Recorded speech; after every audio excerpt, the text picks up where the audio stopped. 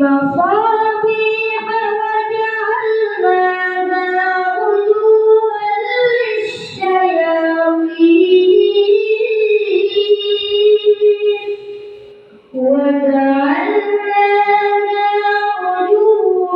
للشياطين وأعتدنا لهم عذاب السعير.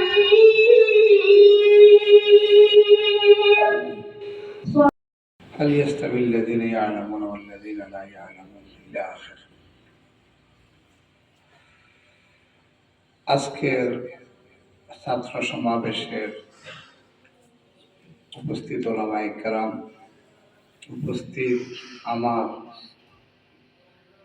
স্নেহ এবং শ্রদ্ধা দুটোই, স্নেহ ছোট হিসাবে, শ্রদ্ধা ব্যক্তিত্ব এবং এলেম হিসাবে, সমাজ পরিচালক মনির সাহেব এবং আসাদায়ে কেরাম এবং আমার প্রিয় ছাত্র ভাইয়েরা, দীর্ঘদিনের নারীত স্বপ্নের বাস্তবায়ন যখন হয় তখন কিছুটা আবেগ উদ্বেলিত হয় না, এটাই স্বাভাবিক।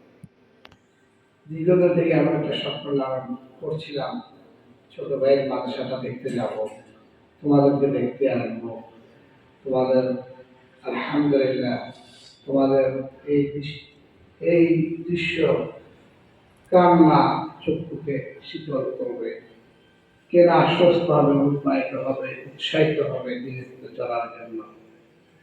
আলহামদুলিল্লাহ, আল্লাহ সুবহানাহু ওয়া তাআলা তোমাদেরকে কবুল ও মঞ্জুর করে নেন, আমিন। আমি আসলে একটা প্রোগ্রাম যেতে হবে, সংক্ষেপে কথাটাই বলবো। আল্লাহ পাক হাল ইয়াস্তাবিল লাযিনা ইয়ালামুনা ওয়াল লাযিনা লা ইয়ালামুন। যে জ্ঞানী আর যে মূর্খ সে কি বরাবর?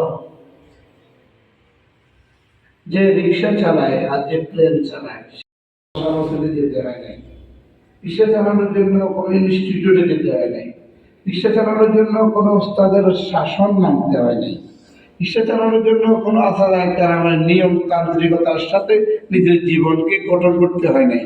আর যে প্লেন চালাচ্ছে তাকে অনেক চড়াই উতরায় শাসনের ভিতরে চলে আজকে প্লেন ওঠার যোগ্যতা হাসিল করছে। আমার কথা বলে তোমার বুঝতেছ? আমার ভয়েস নাও। যে প্লেন চালায় তার বেতন আর রিক্সা চালানোর বেতন এক না।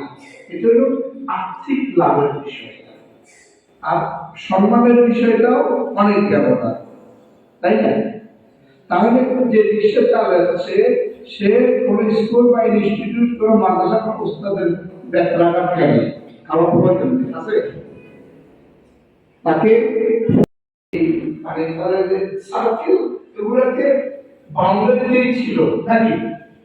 তোমরা আজকে যেভাবে আব্বা মা শীতের মৌসুমের গরম গরম পিঠা, মায়ের হাতে ভালো খানা, মায়ের আদর্শ স্নেহ সোহাগ মমতা সবকিছুকে রেখে আছে এখানে ফ্লোরের উপরে একটা ছোট কার্পেট, 1.5 ফুট জায়গা। আজকে আমার উস্তাদদেরকে বলতেছিলাম, আমি যখন বাড়িধারা পড়তাম ঢাকায়, আমার বাগে পড়ছিল 1.5 ফুট জায়গা, 1.5 ফুট বুঝলি, 1 হাত, আর একটু বড় ছিল,